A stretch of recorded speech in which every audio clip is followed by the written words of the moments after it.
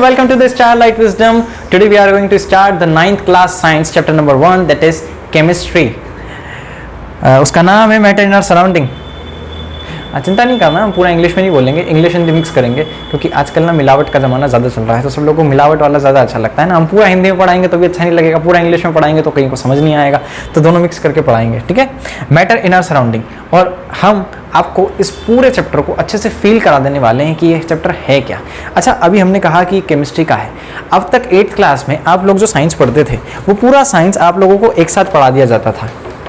एक साथ पढ़ा दिया जाता था इन द सेंस कि आप लोग जो चैप्टर्स पढ़ते थे वो सारे चैप्टर्स पढ़ते समय आप लोगों को लगता था कि हम साइंस का चैप्टर पढ़ रहे हैं। अरे भाई, बात तो सही है, साइंस के ही चैप्टर थे, लेकिन साइंस के अंदर इसकी 3 ब्रांचेस होती है, और 3 ब्रांचेस को समझने के लिए एक्चुअली में क्या हुआ, हमने जब इस बात की स्टडी करी कि हमारे आउटर वर्ल्ड में, अभी आप लोगों को कुछ लिखना नहीं है, हालांकि हम चाहते हैं कि आप अपने कॉपी पेन निकाल कर बैठें और इसको एक ऑनलाइन ट्यूशन की तरह देखा करें। हम इस पूरे 9th क्लास के साथ, पूरे 9th क्लास में आपके साथ रहेंगे। आपके लिए हर एक वीडियो डिटेल्ड एक्सप्लेनेशन, जैसे इसके वीडियो कई सारे 3-4 पार्ट्स बन सकते हैं, वो हम बनाते जाएंगे अभी धीरे धीरे, और उसका फिर 1 शॉट और उसके 20 मिनट्स में सारी डेफिनेशंस कवर करना, और उसके कुछ इंपॉर्टेंट क्वेश्चंस हम क्लास के दौरान ही कराते जाएंगे। तो उसको प्रैक्टिस करने के लिए हम चाहते हैं कि बस आप अपने साथ एक कॉपी पेन और सामने ये स्क्रीन, चाहे लैपटॉप पे देख रहे हैं, मोबाइल पे देख रहे हैं, जहाँ भी देख रहे हैं, उसको अच्छे से सामने रख दीजिए और कुछ भी नहीं करना है। अभी केवल और केवल हमारा पढ़ाई पर अटेंशन होना चाहिए, क्योंकि साइंस ऐसा नहीं है कि आपको स्कूल में जो क्वेश्चन लिखा दिए गए वो एज इट इज़ पूछ लिए जाते हैं। कई स्कूल्स में ऐसा होता है भी कि टीचर्स बता देते हैं कि 10 क्वेश्चन है, इसमें से कोई 5 आने वाले हैं, तो हम वो 10 रट के चले जाते, काम हो जाता है। लेकिन भैया, आने वाले समय में जब आप 10th क्लास की बोर्ड एग्जाम दोगे तो उस 10th क्लास की बोर्ड एग्जाम में आपके टीचर पेपर नहीं बनाते हैं, वो CBSE से आता है पेपर। किससे आता है? CBSE से, या फिर आप ICSE हैं, ICSE से हैं। तो अब ये लोग पेपर बना रहे हैं, टीचर तो बन नहीं रहा है, तो उस समय हमको दिक्कत आ जाती है क्योंकि हमने अभी तक कंसेप्ट नहीं समझा था। तो साइंस को पढ़ते समय ये बिल्कुल ध्यान में रखना है हमको कि हमको कंसेप्ट पूरी तरीके से क्लियर होना चाहिए, और अगर कंसेप्ट क्लियरिटी नहीं होगी ना तो हम केवल वो 2-3 क्वेश्चन कर पाएंगे जो हमारे पड़ोस वाले भी कर रहे हैं। So what we are unique in, हम किस बात में स्पेशल हुए। तो कुल मिला के जब हम आउटर वर्ल्ड की स्टडी करते हैं, जब हम बाहर की बातें करते हैं, तो उन्होंने उसको नाम दिया है फिजिक्स की, साइंस की वो ब्रांच है फिजिक्स, उसको कहा गया है physics. Physics is the branch of science, physics is the, ये ब्रांच है साइंस की, ब्रांच ऑफ साइंस, और इसका काम होता है which deals with all universal laws। Universe के कई सारे लॉस को एक गवर्न भी करता है, उनको प्रूव भी करता है, और उनसे लेने देने वाली सारी ही बातों को इंक्लूड किया जाता है फिजिक्स में। और कुल मिला के इसका सबसे बेस्ट एग्जाम्पल कहें हम, जो फिजिक्स में पढ़ा जाता है, कि आप चाहे फोर्स पढ़ लो, वर्क एनर्जी पढ़ लो, अपनी टेक्स्ट बुक की आप इंडेक्स देखेंगे तो उसमें आपको दिखेंगे सबसे पहला चैप्टर आपको फिजिक्स में है मोशन का, फिर है फोर्स लॉ का, फिर है ग्रेविटेशन का, फिर वर्क एनर्जी का, फिर साउंड का, ऐसे अलग अलग आपको चैप्टर्स दिए हुए हैं ना। अब ये सारे ही चैप्टर्स में अब कोई सा भी चैप्टर का नाम, मतलब साउंड ले लो, तो साउंड के बारे में भी उन्होंने ये बताया कि पार्टिकल्स का कैसे मोशन होता है और साउंड एक जगह से दूसरी जगह जाती है। मेरे मुंह से आवाज़ निकलकर आप तक जा रही है, मेरे मुंह से आवाज़ निकलकर इस माइक तक आ रही है, आपके ऊपर अगर पंखा चल रहा है तो उसकी आवाज़ आप तक आ रही है, कैसे आ रही है? तो प्रोपोगेशन हो रहा है, तो मोशन हो रहा है। मतलब कहीं ना कहीं फिजिक्स इस बात को डील करता है कि किस चीज़ का मोशन हो रहा है, या कौन सी चीज़ मोशन में है, और मोशन किस तरीके का है। तो टाइप्स ऑफ मोशन के बारे में बात होती है। उन्हीं सब चैप्टर्स को मिलाकर हम बोलते हैं कि हम क्या पढ़ रहे हैं, फिजिक्स, ठीक है। दूसरी बात, ये तो चलो आउटर वर्ल्ड की बात हो गई, ये हमने जस्ट बेसिक बात बताई बहुत। उसके बाद अगर हम उनके इनर वर्ल्ड में जाएं, किनके, इन्हीं सब बातों की, कि वो कैसे मोशन कर रहे हैं, कैसे साउंड प्रोपोगेट होता है, लाइट कैसे दिखती है, अरे बोर्ड कैसे दिखता है, अरे ये जो स्क्रीन आप देख पा रहे हो उसमें से कैसे रेडिएशंस निकल रही है, इसमें से आवाज़ कैसे आती है। अरे हम यहाँ पे बोल रहे हैं हेलो, तो उस रूम तक आवाज़ नहीं जाती, लेकिन मोबाइल से इस देश में बैठकर हम अमेरिका तक बात कर सकते हैं। So how is it possible? तो ऐसा कैसे हो सकता है? तो उन सब बातों को समझाने के लिए फिजिक्स था। लेकिन उन सब बातों की रिसर्च करने के बाद, उन पर एक्सपेरिमेंट करने के बाद ये पता चला कि ये पार्टिकल्स कैसे बिहेव करते हैं। तो उन पार्टिकल्स की स्टडी करने के लिए ज़रूरी था कि हम एटम्स तक जाएं, और वो सारी स्टडी करने के लिए हमारे सामने आता है साइंस की दूसरी बहुत बहुत बहुत प्यारी ब्रांच जिसका नाम है केमिस्ट्री। आगे चल के वैसे इसमें एलिमेंट्स और कंपाउंड्स की बातें ज़्यादा होती है, ऑर्गेनिक केमिस्ट्री, इनऑर्गेनिक केमिस्ट्री और फिजिकल केमिस्ट्री, इसके 3 पार्ट्स हो जाते हैं। लेकिन अभी 9th क्लास में हमको बहुत प्यारा केमिस्ट्री है, इसमें केवल हम पार्टिकल्स के बारे में समझेंगे, उनके कैरेक्टरिस्टिक के बारे में समझेंगे। फर्स्ट चैप्टर में हमको ये समझना है कि स्टेट्स ऑफ मैटर क्या होते हैं, 3 स्टेट्स होते हैं, लेटेंट वेपराइजेशन क्या होता है, फ्यूजन क्या होता है। अच्छा एक बात बताइए, किसी भारी चीज़ को पानी में डालेंगे तो डूबती है, हल्की चीज़ को पानी में डालेंगे तो तैरेगी। अरे भैया हाँ या ना? अगर हम किसी बीकर में, अच्छा ये बीकर है ना, this is called is beaker, do you know what is beaker? Beaker आप लोगों ने देखा होगा अपना केमिस्ट्री लैब वगैरह में भी, या सिंपल सा समझ लो, ऐसा ग्लास जैसा होता है, जो हमारे स्टील का ग्लास होता है ना, उसी का एक कांच का ग्लास देखो, लेकिन वो परफेक्टली सिलेंड्रिकल होता है, ठीक है, पूरा ऊपर तक सिलेंड्रिकल होता है। अलग अलग होते हैं 10 ml, 20 ml, 50 ml के। अब इसमें मान लीजिए पानी भरा है, और अगर मैंने इसके ऊपर एक लकड़ी रखी, एक लकड़ी का ऐसा ब्लॉक रखा, ये वुडन ब्लॉक है, ये फ्लोट करेगा जैसे बोट फ्लोट करती है ना, लकड़ी की नाव। और उसी की जगह पर अगर हमने इतने ही साइज का, इतने ही वॉल्यूम का अगर हम आयरन का ब्लॉक ले लें, तो क्या वो आयरन का ब्लॉक तैरेगा? अरे नहीं भैया, वो तो डूब जाएगा। तो आयरन का ब्लॉक डूब गया। अब एक केमिस्ट्री में आयरन का सिंबल होता है Fe। हालांकि आप लोगों ने 8th क्लास में इतना साइंस पढ़ा होगा, लेकिन नहीं पढ़ा तो कोई बात नहीं, अभी हम इसको आयरन ही लिख लेते हैं। जब हम 3rd चैप्टर में जाएंगे एटम्स एंड मॉलिक्यूल्स में, तो उसमें बहुत प्यारे प्यारे सिंबल्स आने वाले हैं। हमको इतना 4 शब्द नहीं लिखने पड़ेंगे, हम डायरेक्टली क्या लिख देंगे? Fe। जैसे कई लोगों को पता ही है कि केमिस्ट्री में वाटर को क्या कहा जाता है? Water is also called as H2O। अब इसका क्या मतलब है? इसमें H क्या है? हाइड्रोजन, O क्या है? ऑक्सीजन। ऐसे Fe क्या होता है? आयरन, ठीक है। अब यहाँ क्या है? ये वुडन ब्लॉक है। अब ये वुडन ब्लॉक फ्लोट कर रही है, आयरन डूब गया। इसका मतलब ये है कि जो चीज़ भारी होगी वो डूब जाएगी, जो चीज़ हल्की होगी वो तैरेगी। अच्छा, अगर ऐसा समझा जाए कि अधिकतर जो सॉलिड्स होते हैं वो भारी होते हैं, हालांकि यहाँ पर हमने वुडन का एग्जांपल लिया है, पर अधिकतर आप देखेंगे कि जो भी चीज़ फ्लोट करती है, जैसे हम पानी के ऊपर तेल को देखते हैं, वो फ्लोट करता रहता है। कई बार बारिश हो जाती है, किसी गाड़ी में से तेल या पेट्रोल निकल जाता है, तो ऐसे फ्लोट करता है जैसे उसमें से रेनबो बनने लग जाता है ना। ऊपर ऑयल ऐसे फ्लोट करता है, ऑयल फ्लोट करने लग जाता है, ऑयल की लेयर आ जाती है, ये ऑयल की लेयर आ जाती है, ठीक है। अब इस वुडन ब्लॉक को हटा के हम ऑयल की लेयर मान लेते हैं। तो जो ऑयल की लेयर आ गई है, क्या बताना चाह रही है कि इसकी जो डेंसिटी है, जो मास है, जो वजन है, वो बहुत कम है as compare to iron. Iron का ज़्यादा था। तो जो चीज़ भारी होगी, जिसका वजन ज़्यादा होगा, जिसका मास ज़्यादा होगा, वो डूब जाएगी। और वो डूब इसलिए रही है, वो उसका वजन ज़्यादा है। इसका मतलब क्योंकि अधिकतर वो सॉलिड होगा। देखो, सॉलिड भारी होंगे लिक्विड से, सही बात है कि नहीं?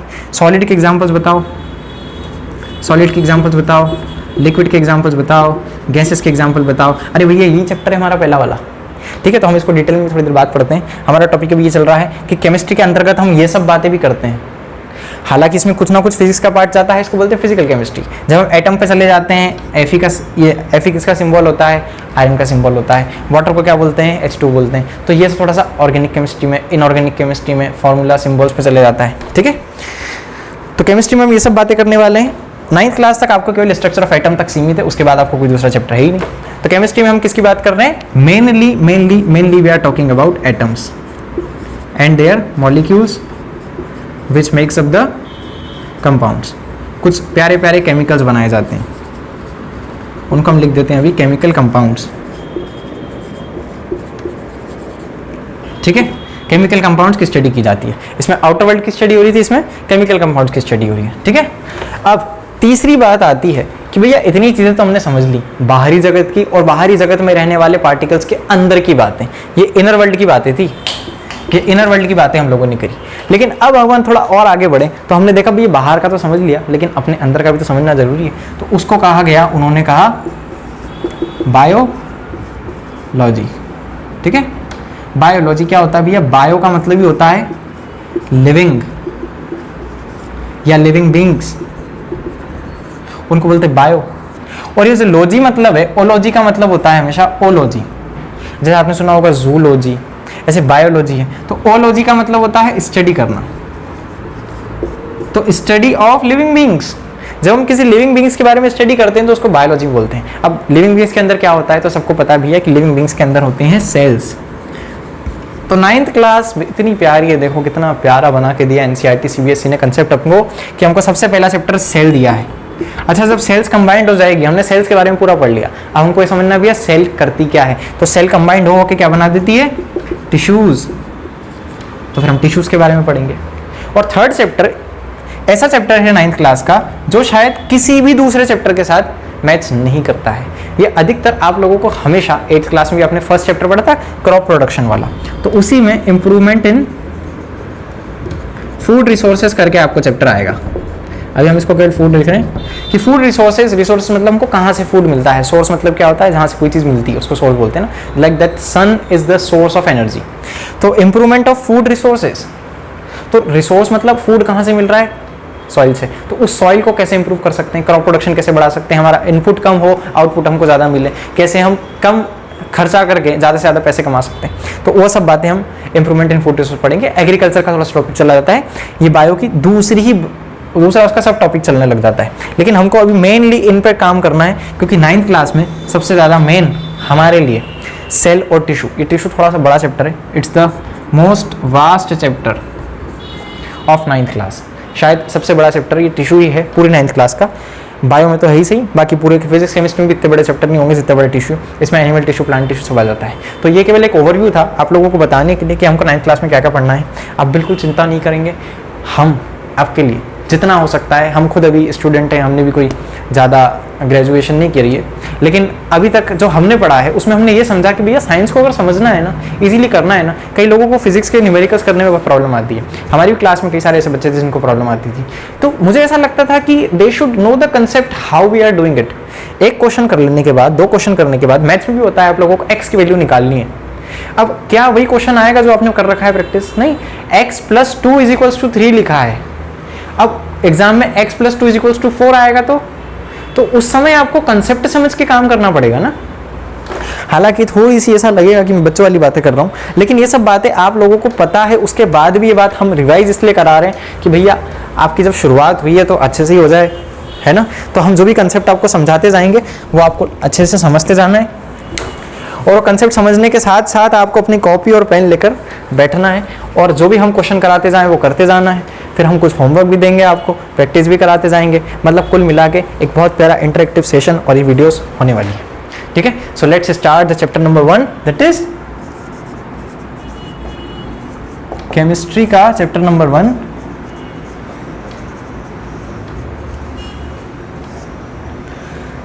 Matter in our surrounding.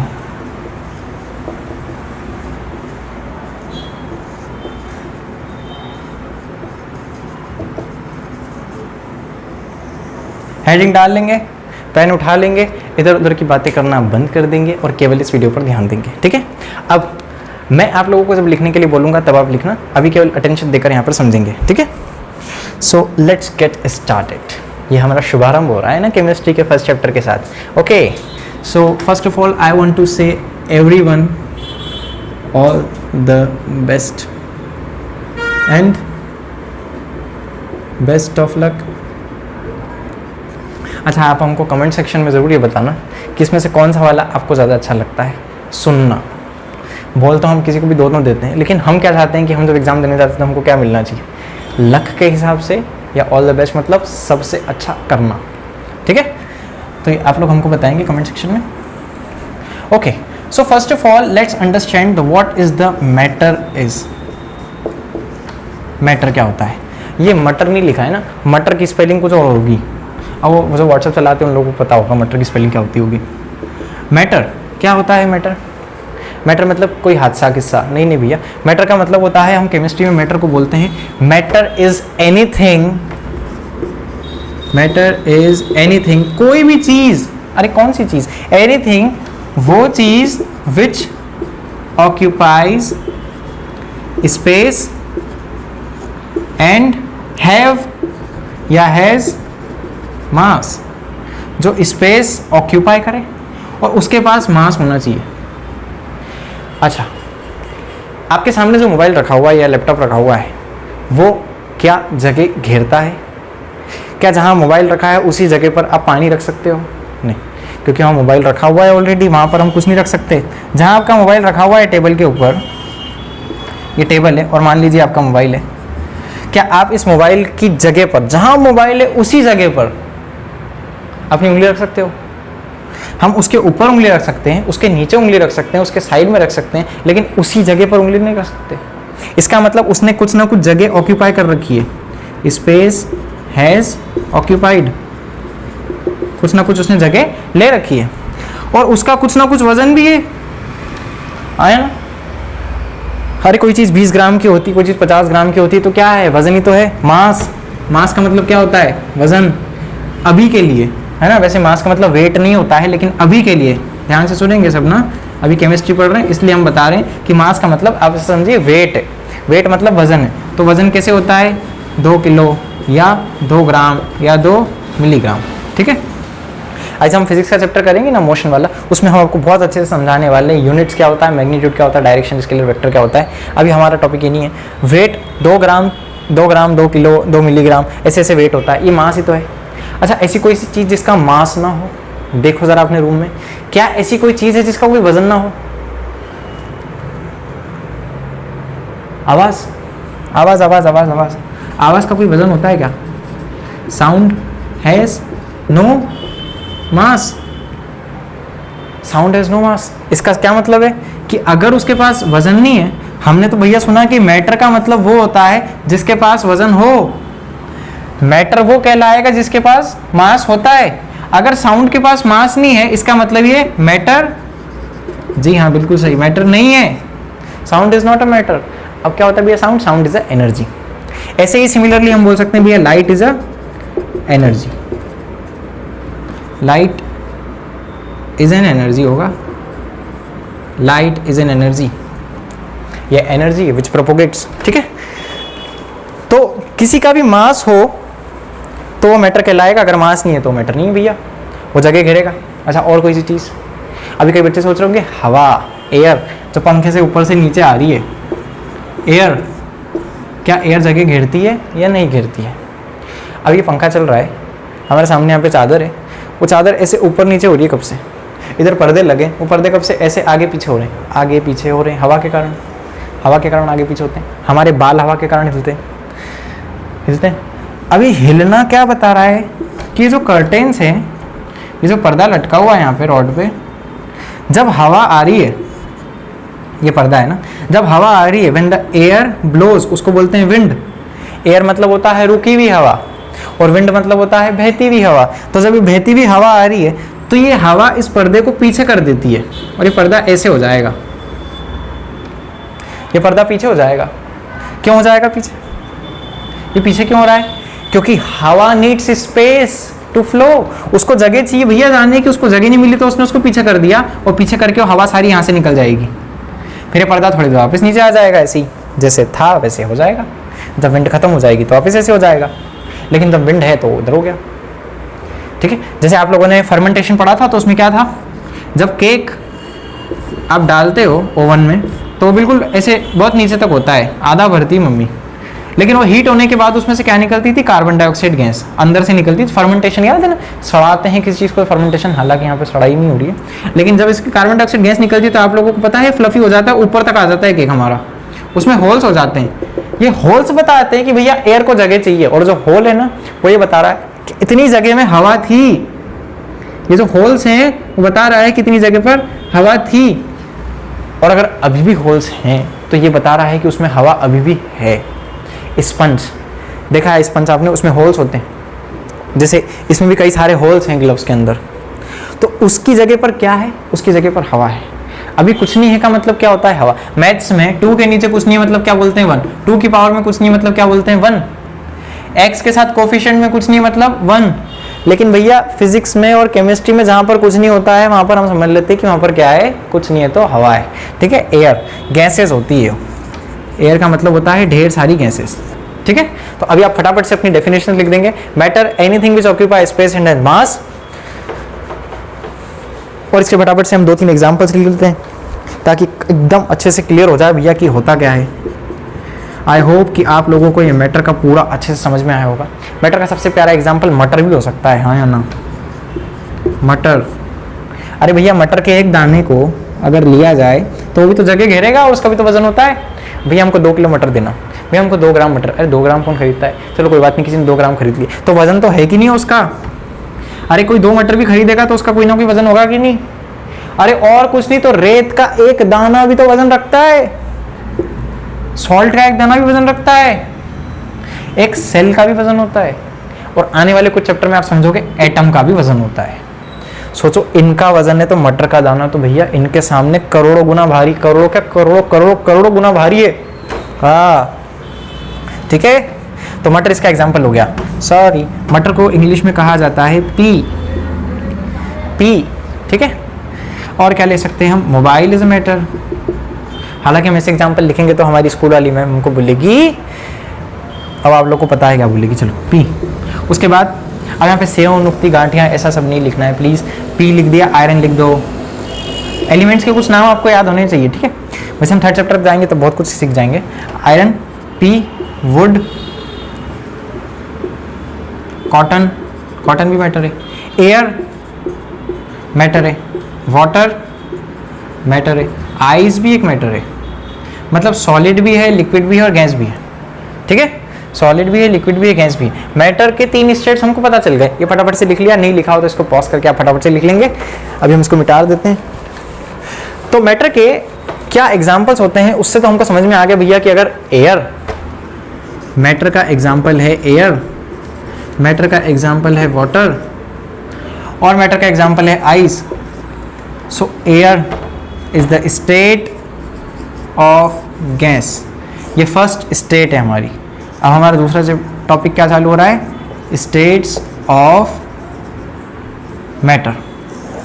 Matter के स्टेट्स क्या क्या है, तो एयर मतलब गैस, वाटर मतलब, वाटर क्या होता है, अरे क्या होता है, लिक्विड। वाटर का एग्जाम्पल, वाटर का स्टेट क्या होता है, सॉरी लिक्विड। ये स्टेट्स है, स्टेट है। अभी पूछो इस मार्कर की स्टेट क्या है, केमिस्ट्री की भाषा में बोल रहे हैं ना, मार्कर की स्टेट क्या होती है, सॉलिड। ये सॉलिड है, तो मार्कर का एग्जाम्पल क्या हो गया भैया, सॉरी सॉलिड का एग्जाम्पल क्या हो गया, मार्कर भी सॉलिड का एग्जाम्पल है। अच्छा इतने एग्जाम्पल्स फटाफट से वो देख लें। जैसे ऑक्सीजन एक गैस होती है, हाइड्रोजन एक गैस होती है, ठीक है, नियॉन एक गैस होती है, और आपने सुना होगा ओजोन गैस, उसका सिंबल होता है O3, ओजोन। नाइट्रोजन होती है, ये नियॉन लिखा है, इसको नाइट्रोजन कर लें, नहीं चलो ये नियॉन है और नाइट्रोजन, और ऐसी कई कई कई कई कई सारी गैसेस, ठीक है। लिक्विड का एग्जाम्पल क्या होता है भैया, लिक्विड में क्या क्या मिलता है हमको, ऑयल, लाइन से लिखते हैं, ऑयल, वाटर और हनी, और भी बहुत सारी चीज़ें हो सकती है। हाँ, लुब्रिकेटिंग, लुब्रिकेशन के लिए हम यूज़ करते हैं। पिघला हुआ कोई चीज़ हो जैसे वैक्स, ये सब चीज़ें का एक एग्जाम्पल हमसे ले जाएगा लिक्विड में। और सॉलिड के एग्जाम्पल्स क्या होते हैं, सॉलिड के एग्जाम्पल्स क्या होते हैं, अरे मार्कर, हाँ सॉलिड का एग्जाम्पल मार्कर होता है। हालांकि मार्कर कैसे बना है वो लिख दें ताकि सारी चीज़ें कवर हो जाएं।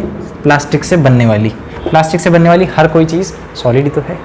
प्लास्टिक पिघलता है क्या, हाँ पिघल जाता है, लेकिन पिघलने के बाद रूम टेम्परेचर वापस क्या पे आ जाता है, सॉलिड पे। तो जो चीज़ें रूम टेम्परेचर पे कॉमन हमको डेली रूटीन में दिखने वाली चीज़ें जिस स्टेट में होती है उसकी वो स्टेट मान ली जाती है, ठीक है, तो प्लास्टिक है। उसके बाद वुड, अच्छा वुड भी कहाँ से बनता है, तो आपको पता होना चाहिए, वुड बनता है कार्बन से, उसके अंदर मेजोरिटी कंटेंट क्या होता है, कार्बन, ठीक है, वुड। और आयरन और एल्यूमिनियम, स्टील, और देख लो अपने आसपास कोई चीज़ दिख रही है क्या, देख लो और लिख दो, ठीक है। तो अब इसको मिटा रहे, लेट्स रब दिस, लिख लीजिए पॉज करके फटाफट से। ये स्टेट्स ऑफ मैटर कहलाती है। अब ये स्टेट्स ऑफ मैटर कैसे बनती है उस बात को हमको समझना है कि क्यों कोई चीज़ गैसियस स्टेट में है, क्यों कोई चीज़ लिक्विड स्टेट में है और क्यों कोई चीज़ सॉलिड स्टेट में है। क्या कारण रहा उनका कि सॉलिड लिक्विड गैस में क्लासीफाई हो जाते हैं, और किसी चीज़ को अगर पिघला भी दिया जाए तो थोड़ी देर बाद वापस सॉलिड बन जाता है।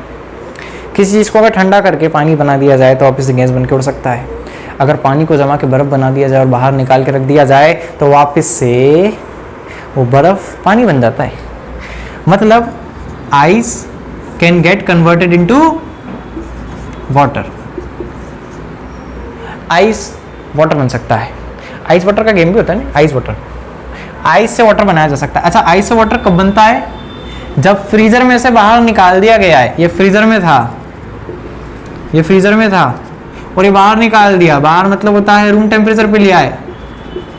रूम टेम्परेचर कितना होता है 25, कई लोग 27 भी लिखते हैं, हम 25 मान के चल रहे हैं, 25 डिग्री सेल्सियस, ठीक है।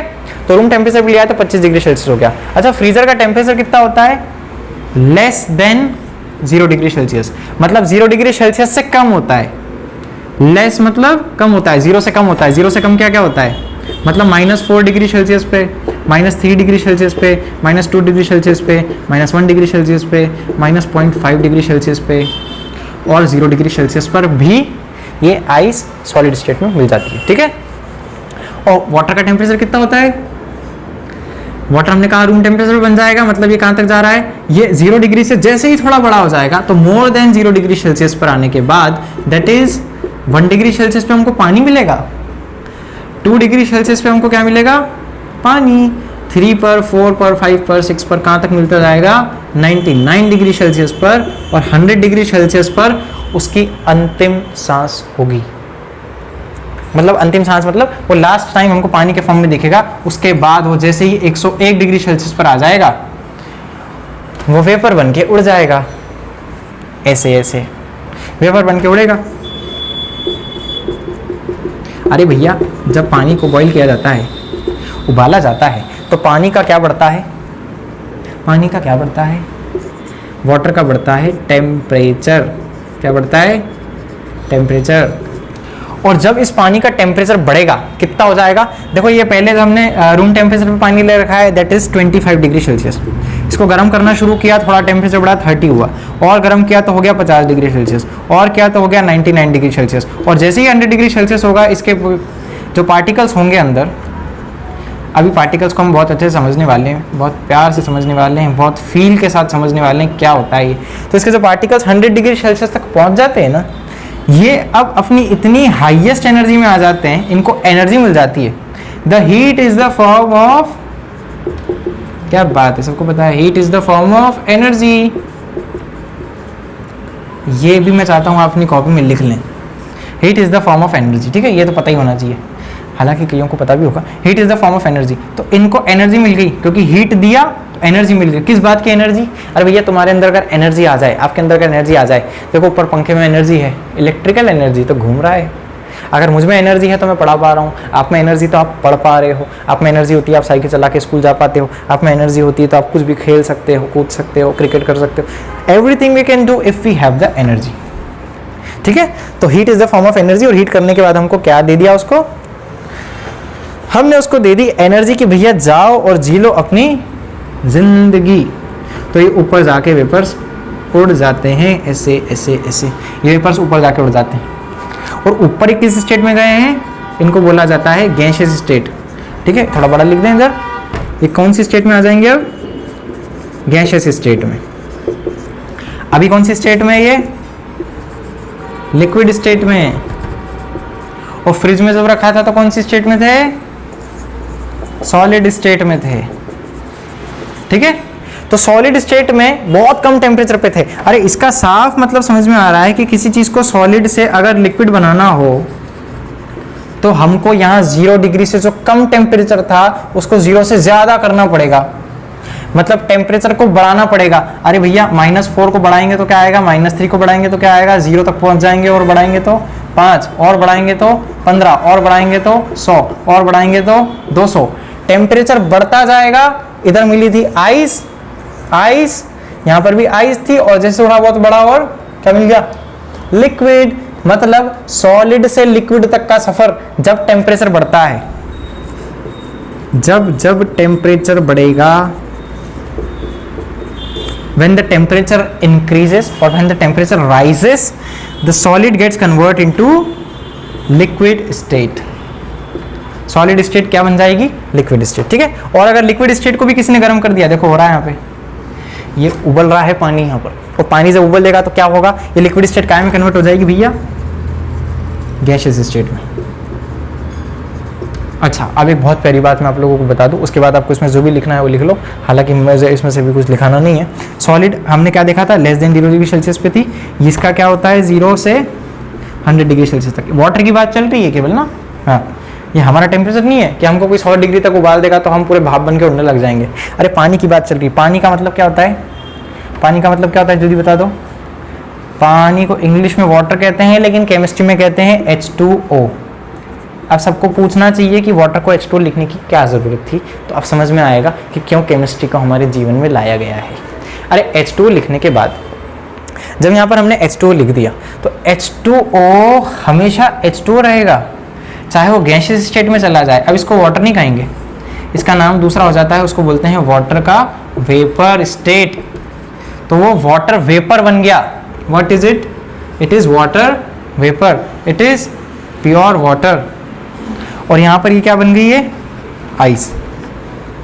ठीक है, लेकिन अभी भी ये सॉलिड स्टेट में। आइस का भी क्या फॉर्मूला होगा? H2O। कल अपने स्कूल में जाना और किसी प्यारे से दोस्त से पूछना, भैया वाटर का फॉर्मूला क्या होता है? वो जोर से बोल देगा H2O। फिर उससे पूछना कि भैया आइस का फॉर्मूला क्या होता है। अगर उन्होंने बता दिया H2O तो समझेंगे कि वाकई में किसी ने साइंस को समझा है। H2O is also the formula of ice, H2O is the formula for water, H2O is the formula for water vapour. यहाँ पर इन नाम से हमको कोई मतलब नहीं है। अरे नाम में क्या रखा है, उसका काम क्या है? H2O का। तो जो H2O है ये बताता है कि हम किस कंपाउंड की बात कर रहे हैं, क्योंकि ये तो भैया ये टेम्परेचर हमको हमेशा थोड़ी मिलता है। 0 से 100 डिग्री सेल्सियस। एंटार्क्टिका जाएंगे तो वहाँ पे -40, वहाँ पे एंटार्क्टिका में क्या होता है? ग्लेशियर जमी हुई है। तो हम उधर देख के बोलते हैं पानी H2O, इधर देख के ग्लेशियर को क्या बोलेंगे? ग्लेशियर पे कौन खड़ा है? Polar bear. वो पोलर बियर से हम बात करेंगे, क्या बोलेंगे उसको? देखो दैट इज H2O, तो ऐसे मुंह नहीं लाएगा, हाँ H2O। वो उधर ग्लेशियर को देख के बोलेंगे दिस इज पोलर बियर, बोलेगा तुम पढ़ के आओ पहले इंडिया से, हैं? ठीक है, तो हमको सब बात मालूम होना चाहिए। तो ये गैसियस स्टेट हो, लिक्विड स्टेट हो, कुछ भी हो, लेकिन वाटर के लिए हमेशा लिखा जाता है H2O। और वाटर हमेशा नहीं होता है, लेकिन H2O हमेशा होता है। ठीक है, चाहे टेम्परेचर बढ़ जाए चाहे टेम्परेचर कम हो जाए। कम हो जाएगा तो क्या बन जाएगी? वो सॉलिड स्टेट। और बढ़ जाएगा तो क्या बन जाएगा? वो गैसियस स्टेट में चला जाएगा। ठीक है, गैसियस स्टेट कहाँ तक जा रही है? 101 डिग्री सेल्सियस तक। और ये कहाँ तक था? 0 से 100 डिग्री सेल्सियस तक। ये आप लोगों को लिखना है तो आप ही लिख सकते हैं।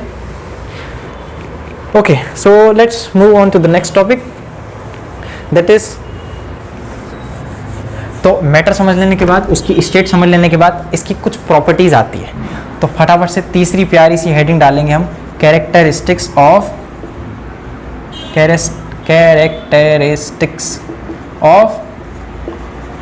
पार्टिकल्स ऑफ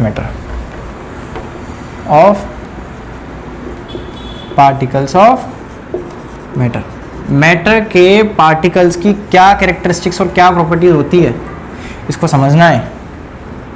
समझे? चलो समझते हैं। फर्स्ट प्रॉपर्टी क्या होती है? फर्स्ट प्रॉपर्टी होती है, अच्छा देखो पहले तो ये समझ लेते हैं हम कि ये मैटर है कोई। ठीक है, अब इसको आप देख कर क्या कहेंगे? क्या दिख रहा है? ऐसा डब्बा है, ये आयरन का ब्लॉक हो सकता है, ये वुडन ब्लॉक हो सकता है, ये तेल का डिब्बा हो सकता है जिसमें ढेर सारा यहाँ पे तेल भरा हो, ये पानी का डिब्बा हो सकता है जिसमें ढेर सारा पानी भरा हो, कुछ भी हो सकता है। ठीक है, but it should be a matter. ऐसा नहीं कि ये लाइट का हेलोजन है उसमें ढेर सारी लाइट भरी है, वो स्टडी हम करेंगे क्लास 12th में। ठीक है, फोटॉन्स के बारे में। अभी हमको पार्टिकल्स के बारे में बात करनी है। अभी जो मैटर है, क्या है ये? मैटर, चीटी, matter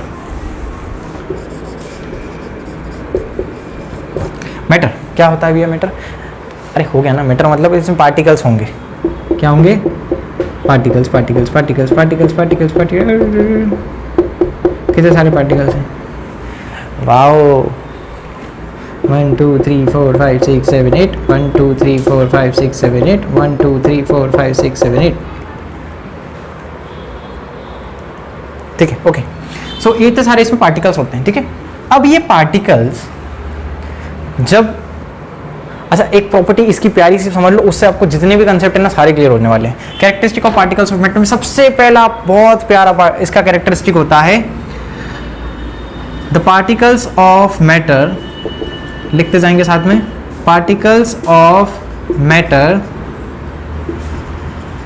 have force of attraction.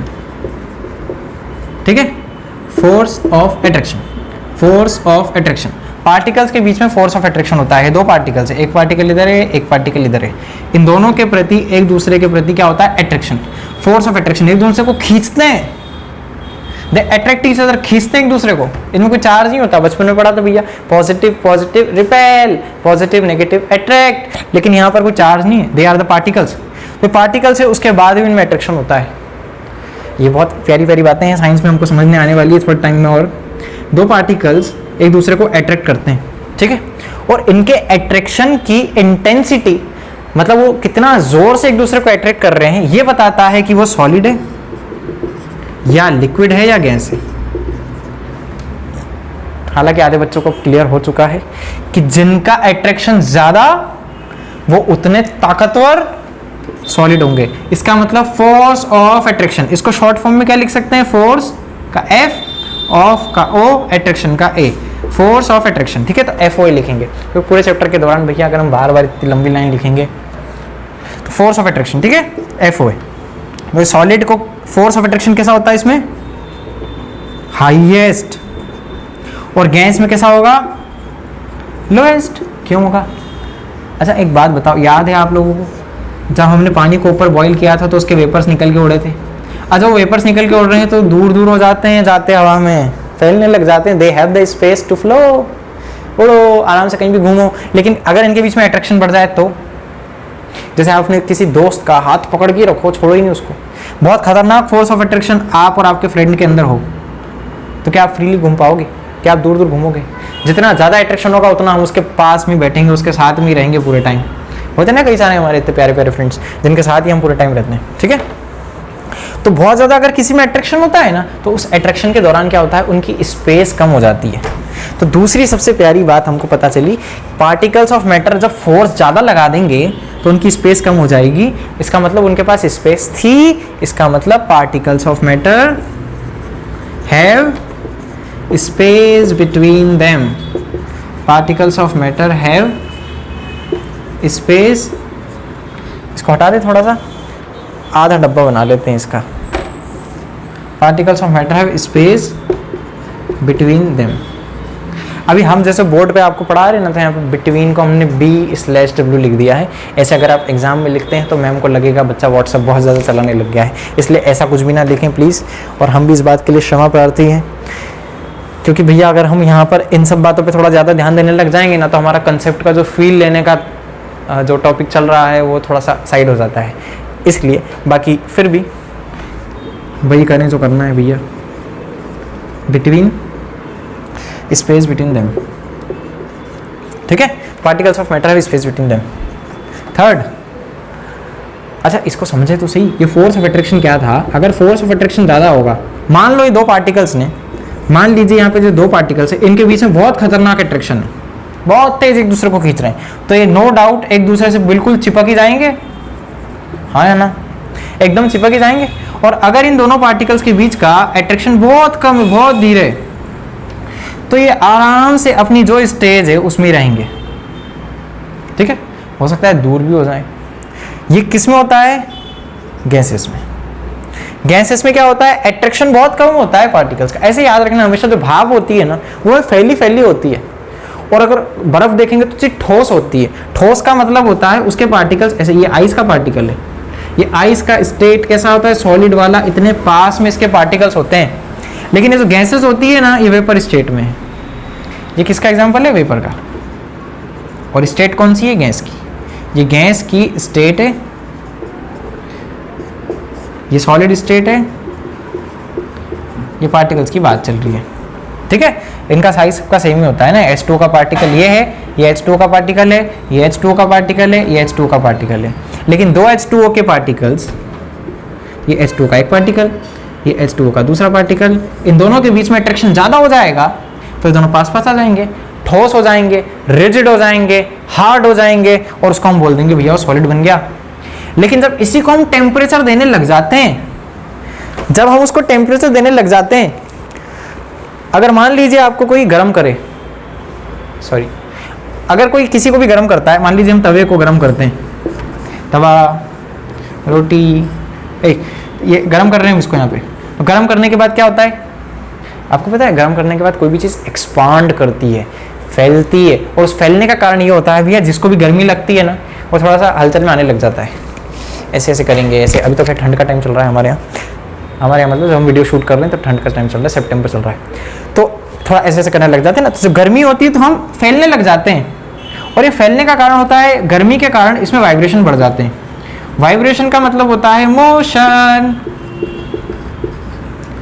मतलब जब जब जब किसी का टेम्परेचर बढ़ेगा तो मोशन में आएगा। इसका मतलब पार्टिकल्स ऑफ मैटर, और टेम्परेचर उसके पास कब नहीं है ये बताइए। जब वो आइज है तब उसके पास -4 डिग्री सेल्सियस का टेम्परेचर है। अरे टेम्परेचर है तो मोशन में रहेगा, तो टेम्परेचर तो है ही सही ना, भले कम है ज़्यादा है कैसा भी है। गैसियस स्टेट में जाएंगे तो 102 डिग्री सेल्सियस तक चला गया बॉयल होने के बाद, और इधर 25 डिग्री सेल्सियस पे क्या मिला हुआ हमको, वाटर। टेम्परेचर तो अभी भी है।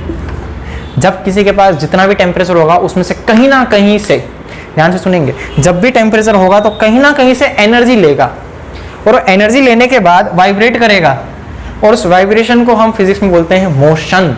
तो particles of matter are always या कंटिन्यूसली इन मोशन, ठीक है। और यहां पर हम इस पूरे टॉपिक को एक बार में ध्यान से समझ लेंगे। अच्छा, ये जिसने लिखा है उसको पॉज करें फटाफट से, 1 2 3 और लिख लें पूरा। उसके बाद हम ये समझ लेते हैं फटाफट से। अब आइस के पार्टिकल्स बहुत पास पास है ना, थोड़ा बड़ा बना लेते हैं ताकि दिखे। ये पार्टिकल्स है इसके, आइस के बहुत पास पास होते हैं। अच्छा, जब इसको फ्रीजर में रखा था तो टेम्परेचर कम था तो ठंड लग रही थी, ठंड थी तो फोर्स ऑफ अट्रैक्शन ज़्यादा था, फोर्स ऑफ अट्रैक्शन इसमें ज़्यादा था। अब एक बात बताओ, अगर अट्रैक्शन ज़्यादा होगा तो particles of matter space between them, लेकिन अट्रैक्शन बढ़ने के कारण इन दोनों के बीच में अट्रैक्शन बढ़ते जा रहा है तो पास आ जाएंगे, इनका स्पेस, इनमें स्पेस कम होते जाएगी, ठीक है। और तीसरा पॉइंट बता दो, particles of matter continuously motion. इसके पास टेम्परेचर बहुत कम है, ये बहुत कम एनर्जी ले पाएगा, बहुत कम वाइब्रेट करेगा, मतलब इसका मोशन बहुत बहुत बहुत स्लाइटली होगा, बहुत लीस्ट मोशन होगा, बहुत ही कम मोशन होगा, ठीक है। हिल कैसे पाएगा बेचारा। इसी की जगह पर अगर हम वाटर को देखें तो वाटर में क्या होता है, वाटर में क्या होता है, पार्टिकल्स थोड़े दूर दूर होते हैं, ऐसे ऐसे ऐसे ऐसे पार्टिकल्स इतने दूर दूर होते हैं, हाँ बहुत दूर है। तो पार्टिकल्स दूर हैं, इसका मतलब है कि इनका फोर्स ऑफ अट्रैक्शन कम था तभी तो दूर है। अरे आप फर्स्ट बेंच पे बैठे हो, कोई लास्ट बेंच पे बैठा है, या कोई बीच में बैठा है, तो फोर्स ऑफ अट्रैक्शन कम है, हमको एक दूसरे से कोई मतलब ही नहीं है, so we are very far away from each other. तो ये दोनों पार्टिकल्स बहुत दूर दूर हैं, इसका साफ मतलब है कि उनका फोर्स ऑफ अट्रैक्शन बहुत कम है, ठीक है। फोर्स ऑफ अट्रैक्शन इनका बहुत कम है। अच्छा, फोर्स ऑफ अट्रैक्शन कम है तो इनके बीच का अट्रैक्शन कम होने के कारण ये दूर हो गए, दूर हो गए मतलब इनकी स्पेस बढ़ गई, इनके बीच की जगह बढ़ गई, मतलब इनकी स्पेस ज्यादा होती है, थोड़ी सी ज्यादा होती है, इंटरमीडिएट होती है, ठीक है। फोर्स भी बहुत भी कम नहीं होता है, इंटरमीडिएट होती है। इंटरमीडिएट मतलब बीच की, क्योंकि हम गैस की बात करेंगे ना, वेपर ले लेते हैं यहाँ पे, ठीक है। यहाँ पे मैं लिख दूं सॉलिड, ये लिक्विड है और ये गैस। और तीसरा पॉइंट तो इसका रह गया, हाँ, particles of matter continuously motion. तो फ्लूइड के पार्टिकल्स बहुत प्यार से मोशन करते हैं, आपको इसमें कई बार बताया भी होगा स्कूल में। जो पॉलिन ग्रेन्स होते हैं, पॉलिन ग्रेन्स की पता है ना क्या होता है, जो फ्लावर होता है उनके अंदर एंथर, स्टिग्मा, पॉलिन ग्रेन्स होते हैं। वो पॉलिन ग्रेन्स को थोड़ा सा निकाल के, एकदम पाउडर पाउडर जैसे होते हैं, उन पाउडर्स को अगर हम डाल दिया जाए बाल्टी में या मग्गे में, अधिकतर कराया जाता है एक्सपेरिमेंट्स स्कूल में, तो पानी होता है उसके ऊपर अगर पॉलिन ग्रेन्स को ऐसे डाल दिया जाए, ये बहुत बड़े हो गए, बहुत छोटे छोटे होते हैं वो पॉलिन ग्रेन्स, उनको डाल देते हैं तो particles of water are continuously in motion, और वो मोशन करते करते उन पॉलिन ग्रेन्स को हिट करते हैं। मान लीजिए ये पानी के पार्टिकल्स हैं और इसके ऊपर यहाँ पे पॉलिन ग्रेन रखे हुए, ठीक है। वाटर के पार्टिकल्स का साइज छोटा होगा, पॉलिन ग्रेन्स का बड़ा होगा, क्योंकि पॉलिन ग्रेन्स दिख रहे हैं, हाथ में आ रहे हैं।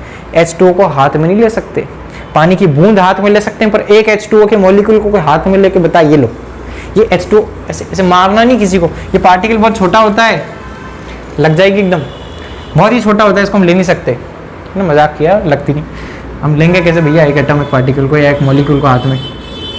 तो ये जो पार्टिकल्स ऑफ वाटर है ये मोशन में होते हैं ऐसे, ये वाटर के पार्टिकल्स है ना, ये मोशन में इधर जा रहा है, ये इधर जा रहा है, ये इधर जा रहा है, ये इधर जा रहा है, ये इधर जा रहा है, कोई भी कहीं भी जा रहा है, रैंडम मोशन है, कंटिन्यूस मोशन। बाकी कैसा मोशन होता है इनका, रैंडम मतलब कहीं तो भी होता है, ऐसा नहीं होता है कि सब एक साथ जा रहे हैं, ऐसे जा रहे हैं, ऐसे, वो तो भीड़ होती है, ये तो पार्टिकल्स है ना। तो यहाँ पे जो पोलन ग्रेन्स होंगे ना, ये हिट करेगा, जब पानी का एक पार्टिकल इसको हिट करता है तो ये हिलने लग जाता है, और पोलन ग्रेन्स कभी रुकते ही नहीं है पानी में। ऐसा नहीं होगा कि आप रात को गए तो पोलन ग्रेन्स वहीं रोके हुए, वो कंटिन्यूसली वहाँ पर ऐसे ऐसे ऐसे धीरे धीरे धीरे बाथ टब में या मग्गे में या बाल्टी में जिसमें भी आपने रखा है उसको ग्लास में डाल के देख लो, वो कंटिन्यूसली हिलते रहेंगे। और कुछ नहीं तो भैया आप एक अपना पानी का गिलास लो, उसके साइड में यहाँ पे इंक छोड़ो, जैसे हम मार्कर में इंक डालते हैं, तो हमने भी किया हुआ है, ये इंक डालो यहाँ पर एक बूंद, वो धीरे धीरे नीचे आएगी, धीरे धीरे आएगी, और जैसे पानी में आएगी ना ऐसे ऐसे फैलने लग जाएगी। तो इसके फैलने का मतलब क्या है, कि जैसे ही इंक के पार्टिकल्स, जो इंक के पार्टिकल्स थे वो वाटर के पार्टिकल्स के साथ इंटरेक्शन में आए, दोनों ही मोशन में है, और मोशन करते करते करते करते इंक भी उसमें फैल गई, पानी भी फैल गया, पानी इंक में फैलने लग जाएगा और इंक पानी में फैलने लग जाएगी, क्योंकि दोनों ही मोशन में है। ठीक है, तो इसका जो मोशन होता है वो अच्छा लगभग मीडियम स्टेट पे होता है, इसका रेट इंटरमीडिएट ही होता है, बीच का होता है। ठीक है, फोर्स भी इसका मीडियम होता है ना, इसमें फोर्स बहुत हाई होता है। अब इसका जस्ट उल्टा कर देंगे यहाँ पे फटाफट से, इसके पार्टिकल्स तो बहुत दूर होते हैं, दो, अरे हाँ भैया इतनी दूर होते हैं, बहुत दूर होते हैं, इनका फोर्स ऑफ अट्रैक्शन बहुत कम होता है, कोई मतलब ही नहीं एक दूसरे से, इनको आइसोलेटेड स्टेट बोलते हैं, इनको आइसोलेटेड मतलब अकेला अकेला रहना, फोर्स ऑफ अट्रैक्शन एकदम अकेले अकेले रहते हैं, दूर दूर। तो सीधी सी बात है, अकेले रहेंगे तो बहुत दूरी होगी। अरे भैया वो तो लास्ट बेंच पे बैठा था, अब ये बात आ गई कि मैं इस क्लास में हूँ तो वो सेक्शन चेंज करके दूसरी क्लास में चला गया, ये सेक्शन चेंज करके दूसरी क्लास, बहुत दूरी स्पेस है इनकी, मतलब इनमें स्पेस बहुत ज़्यादा होती है। ठीक है, दे हैव लार्ज स्पेस। अब ज़्यादा स्पेस है तो मोशन बहुत अच्छे से कर सकते हैं। अरे पूरी क्लास में मैं अकेला बैठा हूँ, कितना आराम से भागो दौड़ो कूदो कुछ भी करो। यहाँ पर क्या हुआ, एक ही क्लास में 50 बच्चों को बिठा, जैसा करते ना कई बार क्लास मर्ज कर देते हैं, एक बेंच पे 3 बच्चे बैठेंगे, अरे लिख ही नहीं पा रहे, हिल ही नहीं पा रहे, पढ़ेंगे कैसे। तो यहाँ पर इतने सारे एक साथ रख दी गए पार्टिकल्स, कैसे मोशन करेंगे, तो मोशन बहुत लीस्ट था इसका, और इसका मोशन बहुत, बोल दो फटाफट, हाई होता है, वेरी गुड, हाई होता है, और इसका force of attraction very least होता है। ठीक है, अब इन चीज़ों को आप फटाफट से एक बार वापस से रिवाइज कर लीजिए, इनको नोट कर लीजिए, और आज की क्लास हम यहीं समाप्त करते हैं। बने रहिए हमारे साथ, अगले कई सारे हम इसके पार्ट्स लाने वाले हैं। Thank you very much.